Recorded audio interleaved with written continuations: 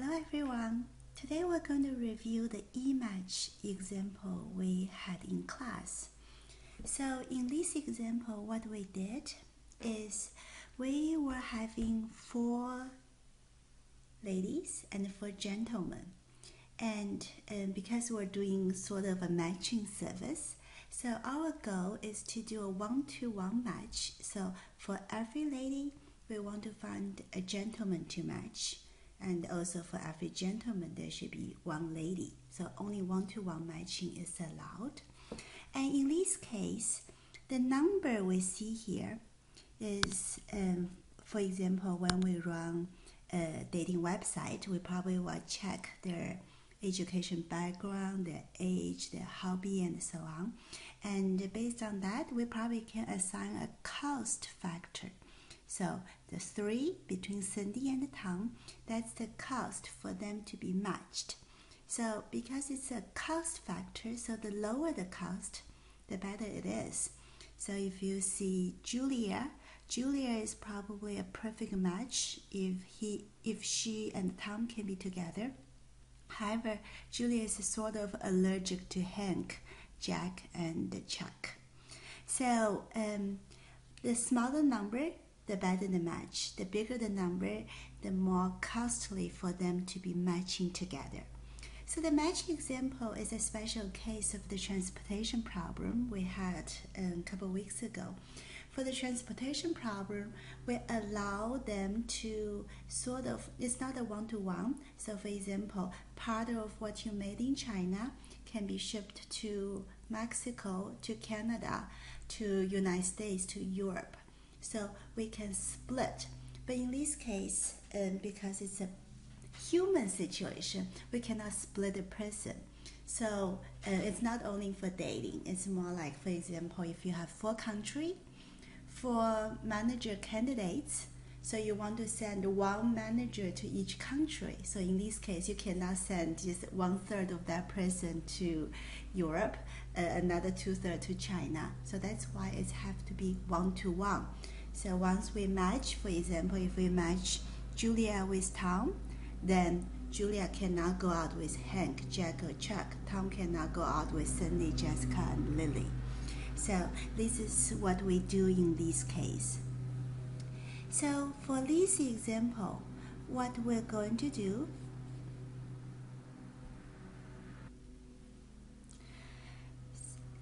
so in this case, what we're going to do is we will try to find the lowest cost of the 4 pairs. So for example, if we assign Cindy with Tom, and Jessica with Hank, Lily with Jack, and Julia with Chuck, that's feasible because we're doing 1-to-1. However, the cost may not be the lowest. So how do we find out the best 4 pairs that can help us minimize the total cost? That's the challenge we try to solve for today. So in class, we reviewed how to do it by hand. So to do by hand, we have to go through the steps. So step 1, we look at all the numbers in the row and we subtract the smallest number from each row. And step 2, we look at all the numbers in the column. We subtract the smallest number from each column. And step 3 in class we did, well, after we subtract those numbers, because we're taking out the smallest number for each row, then each column, then some number will become 0. Because some number, they were the smallest number. Then what we try to do is we cover the zeros with the minimum number of lines. And if the minimum number of lines equal to minimum number of rows, then we can skip step 4 and step 5. We directly go to step 6. However, if not, then we have to do step 4, which including 2 mini steps. Then we repeat until the time when we cover the number of lines is going to be equal to number of rows. Then we can make the assignments. But today I'm not going to repeat the calculation. What we want to do is we want to see how we can set up the example in Excel and get the solution relatively quickly. Okay. So how to do it in Excel is we're going to set up two tables in Excel. One is what we call the cost table. So the cost table is basically a cost we see before. So those are the cost from probably given or probably you calculated. So as you can see, Cindy go out with Tom, cost 3. Julia go out with Chuck, cost 10. So that's the cost table. We're also going to create another table called the assignment table. So assignment table here, you're going to see total 16 variables. And I label them from x1, 1, because Cindy is 1, Tom is 1, and all the way to x4, 4. So Julia is number 4, and Chuck is number 4. So x1, 1 all the way to x4, 4. That means that's the assignment we're going to make. Now, how do we make the assignment? The way we make assignment is if we say xij, so I are the ladies, j are the gentlemen in this case.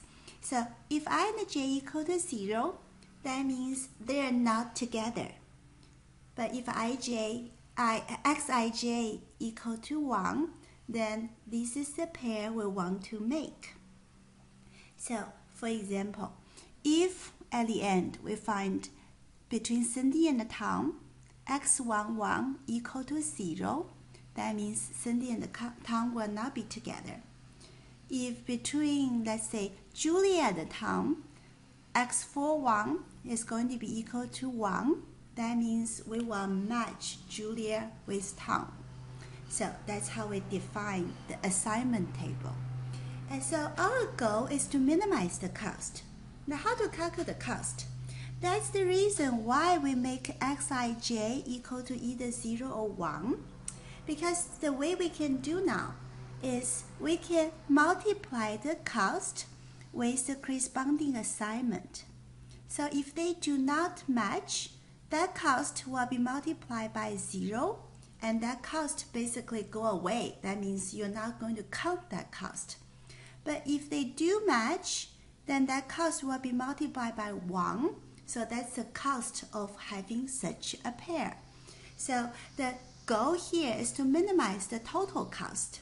But we don't know which one will be 1, which one will be 0. So what we can do is we multiply everything together from the first pair times the corresponding assignment to the second possible pair multiplied by the possible assignment, and so on, all the way to the last one. So that's the goal we're going to have. And so what will be the constraints? Now, remember in class we said we want to match and we want to have 4 pairs at the end. So that means every lady will go out with exactly 1 gentleman, and every gentleman will go out with exact 1 lady. So they cannot double date or multiple date.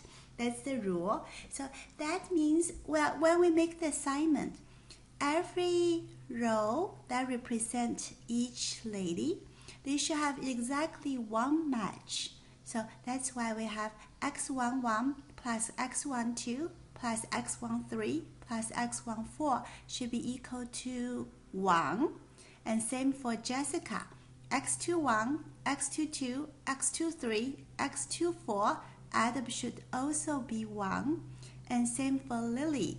x31 all the way to x34 add up should be 1. And the same for Julia. x41 all the way adding up to x44. All the possible assignments for Julia again should be added up to be exactly 1. So same thing for the columns, because we do not allow double date for the ladies, and we also do not allow double date for the gentlemen. And in this case, Tom, Hank, Jack, and Chuck, we should assign them to someone, but only 1 person.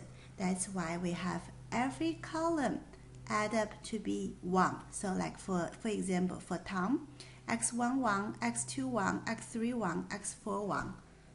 All the possible assignment between Tom and the 4 ladies should be added up to be 1 as well. So same for Hank, same for Jack, same for Chuck. And how are we going to do it? Well, here in the lecture notes, I have a brief summary of where should we put in the formulas and also which button to click to open Excel solver. But I'm going to do it again here. Alright, so this is the basic setup, and the way we set up, so far there's no formula. So what I do have here is first I type all the cost. So this is, I set up a 4x4 table. I enter the cost one by one. So from Cindy Tong all the way to Julia Chuck. So that's the 16 numbers I have. Then what I usually do is I just copy, then I paste the cost down here. But then what I do is I can delete all the cost later, just delete them. So that way I only do it one time. Okay, so what I need to do now is we can enter the formula now. The first formula I want to enter is actually the total cost formula, the one in the blue. So what are we going to do with the total cost, which is actually a very simple formula. Remember, we need to multiply the cost with the corresponding assignment. So if we do it individually, we can do 3 times the assignment between Cindy and Tom, 3 multiplied by the assignment between Cindy and Hank, and all the way till 10 times the assignment between Julia and Chuck. But we can use Excel, which has the formula of the sum product. And with sum product, we can multiply 2 tables together. So my table number 1 is a cost table. My table number 2 is the assignment table. Then enter. So far the total cost is 0 because we have not made any assignment yet. But then we can try. So for example, what if we decided to match Cindy with Hank? I'm randomly assigning them. Jessica with Chuck, and Lily with Jack, and Julia with Tom. And we have a total cost of 16 because 3 plus 7 plus 5 plus 1, that's how we get the total cost of 16. Or this is not the best, it's quite a high cost, so we can keep trying, but the best way is to let Excel to try for us. But before I can let Excel try for us, I need to tell Excel the rules. The rule is we have to find one-to-one match. There should be no double date. So that means every row, the assignment should add up to be 1, and every column, the assignment should end up to be 1. So I'm going to do a summation formula for every single row, and I'm going to paste it to the rest of the other rows, or you can do it one by one. I like to paste, and we can do it for every column. So for all the assignment for Tom should add up also to be 1, and paste. Okay. All right, so how do we tell Excel? What to do? Well, the way is we can go under data. If you use a PC, it's under data, and click solver. And the goal, remember the goal is to minimize the cost. So I set objective at the cell B16, and I want to minimize it because the number here are representing cost. Well, if the number is here representing revenue or profit or something good, then you want to maximize it. In this case, I pick minimize because we want to minimize the total cost. So what I am allowed to change is the decision variable. So my decision variable, the assignment table. So here I'm going to tell Excel, well, you can change everything here. So in the assignment table, those 16 cells is what Excel is allowed to explore, to change. but this constraint. Otherwise, Excel can do whatever it want to do, but we need to tell Excel, well, you have to follow my rules. Well, my rules are, so I'm going to add the constraint. The first part is every row, so I highlight the summation of each row, and all the number here should be equal to exactly 1. So for each row, the summation should be equal to 1. I'm typing 1 directly into the constraint part. Same thing, for each column, the summation should also be equal to 1. And another constraint, which is not always necessary, because this kind of problem has a very beautiful structure. So Excel actually automatically can recognize that your final answer is going to be either between 0 to 1 in most of the cases. But just to be safe, I'm going to tell Excel, well, I cannot split human. So all the numbers in my decision variable, there has to be either 0 or 1.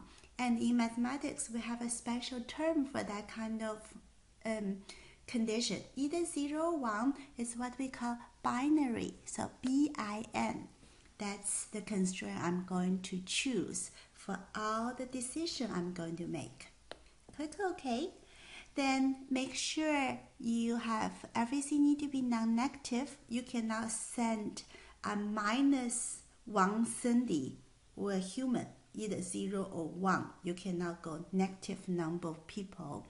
And you need to choose the simplex method and look at the options. Make sure the integer constraint cannot be ignored, because again, we're human, we cannot split. It has to be a whole number. So this one, make sure it's not checked. Click OK and solve. Okay, then it says solver found the solution, so say keep it. And here's the solution we find. Basically, Cindy will be matching up with Jack. Jessica will go with Chuck. Lily will go with Hank. And Julia will go with Tom. And that will give us a total cost of 11. Okay, so that's the review of the eMatch example we did in class. And you can always change it. For example, instead of matching between Cindy, Jessica, Lily, Julia, the ladies with the gentleman from Tom to Chuck, you can match maybe 4 managers or 10 managers with 10 countries and regions based on the possible of the cost of relocating them or their knowledge and their ability of managing the business division in that country. So inside it could be the cost, could be their ability, could be the possibility they're willing to be relocated, and so on. So this is just one example showing us how to do one-to-one match. And that will be the review we have for today. Feel free to email me or call me if you have any questions. Thank you.